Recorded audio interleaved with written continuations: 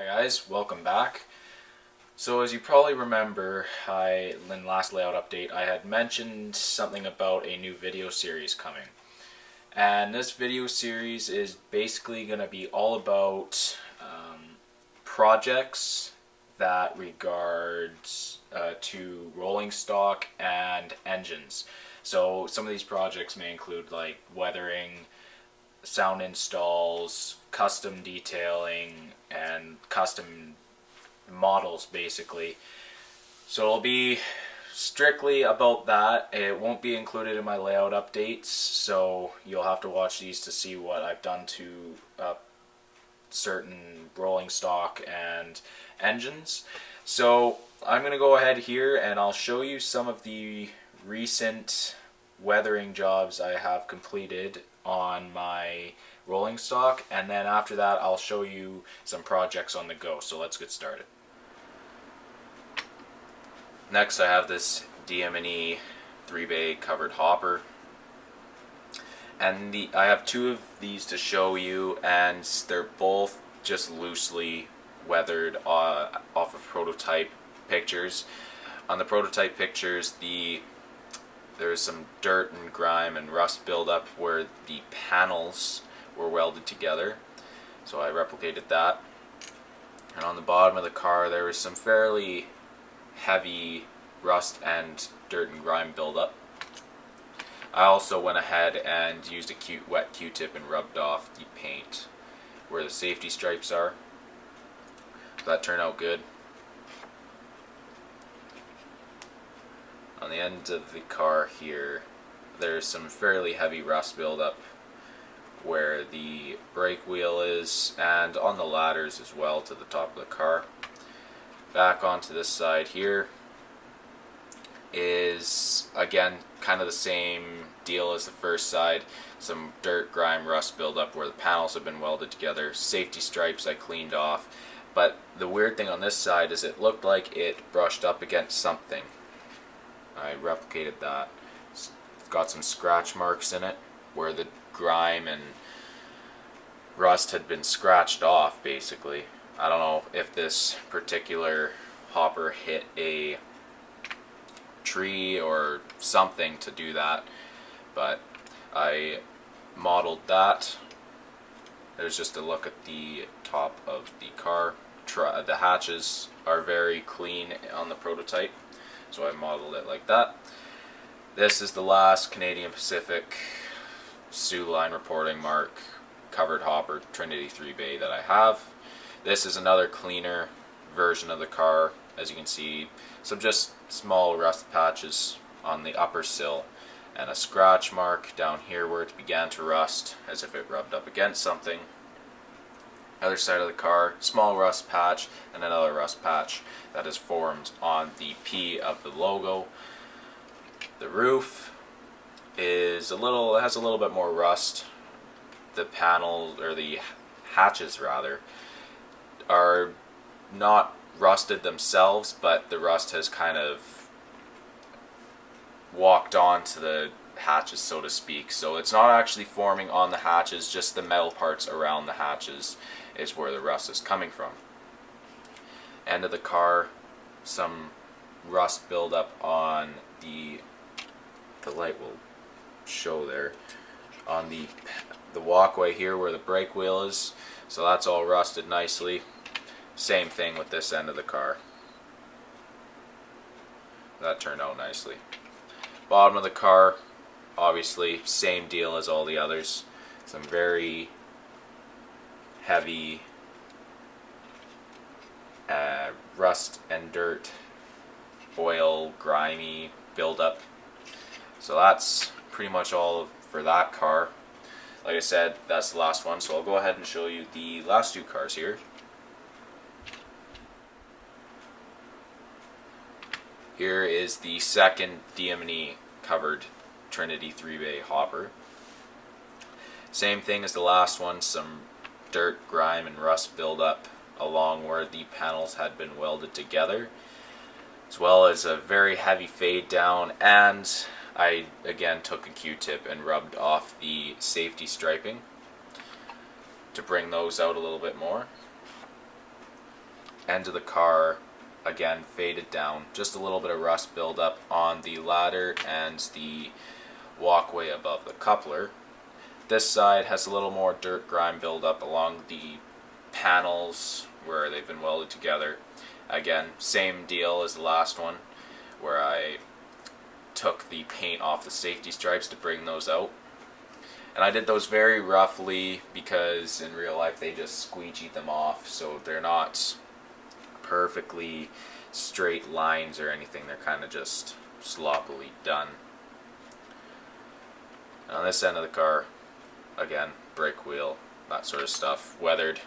The top has some rusty clips where the hatches are, and the hatches, again, in the prototype were very clean, so I didn't weather those down too much. Bottom of the car, as the prototype, has some very heavy dirt and grime buildup on the bays there, and I just weathered these little, I don't know if you can see them there, those little clips of some sort, and they're rusted down each individual.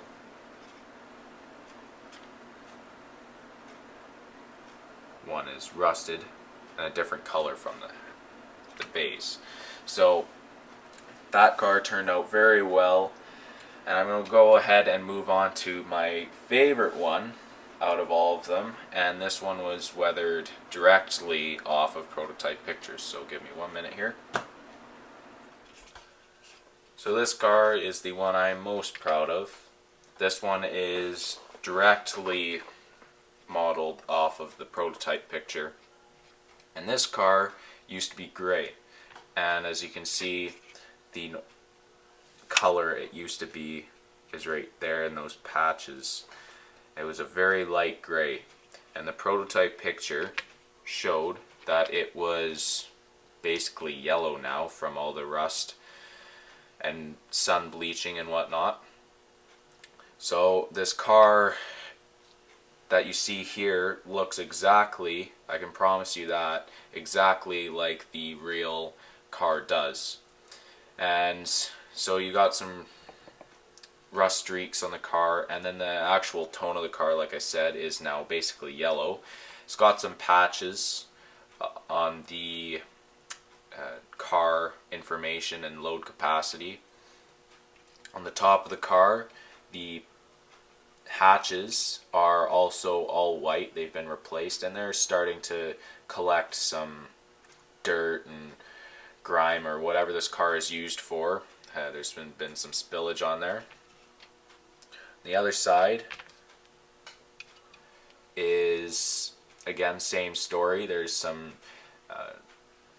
dirt and grime being rubbed off underneath of these three letters, the R, O, and C. And same story with the rail car information had been patched over, and that's just like the prototype. Some more of the grime buildup being rubbed off here in the top corner. The end of the cars also received some fairly large grime buildup, as shown there. The brake wheel is actually not very rusty at all. It's still basically the same color as everything else. And the underside of the car, just some very heavy grime and dirt buildup. So this car I am most happy with out of all of them. I think the color matched the prototype very, very well, and I'm quite pleased about how this turned out. So switching from the finished models now to some projects that are on the go. First, I have this, with the second one of these Saskatchewan Grain Car Corporation cars. Again, this one's being modeled after the prototype, and same deal with the last one. There's been 3 hatches that have been replaced and 1 that hasn't. This one is just in the initial stages of airbrushing.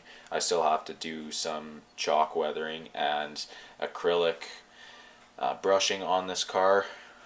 It's turning out pretty good so far. I have the third DM&E hopper being weathered at the moment. Same sort of deal as the last two cars.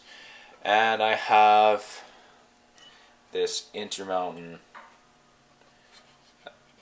Alberta Heritage Fund car that's being weathered also at the moment. You can see some fairly heavy dirt and grime buildup. This one's being loosely weathered off of prototype pictures. Next is this TTX 60-foot Gunnison boxcar. This one is fairly heavily weathered and faded in the prototype. I'm not going to fade it as much as it is in the prototype because I like the looks of these yellow boxcars, but it's going to get some fairly heavy rust and dirt and grime buildup along the bottom of the car and around the doors. And I have a same style car here, just in CN paint scheme, is a 60-foot Gunnison boxcar. And this one doesn't have much rust buildup, it just has some dirt and grime buildup, similar to the CP version that I showed you earlier. And then the last one that's on the go is this CP rail center beam flat. This one is also being modeled after the prototype, and there's not a whole lot to this car, just some very light rust and some dirt and grime buildup, especially along the bottom of the car. And I think it's turning out pretty good so far. These projects should be wrapping up sometime this coming week, and once I have a few more cars other than these 6 here weathered, I'll probably put up another video of cars I've weathered, so stay tuned for that. Well guys, that pretty much wraps up part 1 of the video series that I'm going to call Prototype Modeling. And like I said, this video series is going to be based strictly around weathering of rolling stock engine projects like sound installs and some custom projects detailing that sort of thing. So this video series is going to be titled Prototype Modeling, because that's what I'm trying to get at with weathering. I'm trying to weather off of prototype pictures, as you can see hanging up there. So as always guys, thanks again for watching. I hope you guys enjoyed this video, and if you did, please let me know and I'll for sure continue this video series. For now, I'm signing off, and I'll see you guys in the next video. Don't forget to comment, like, and subscribe. Alright, thanks for watching.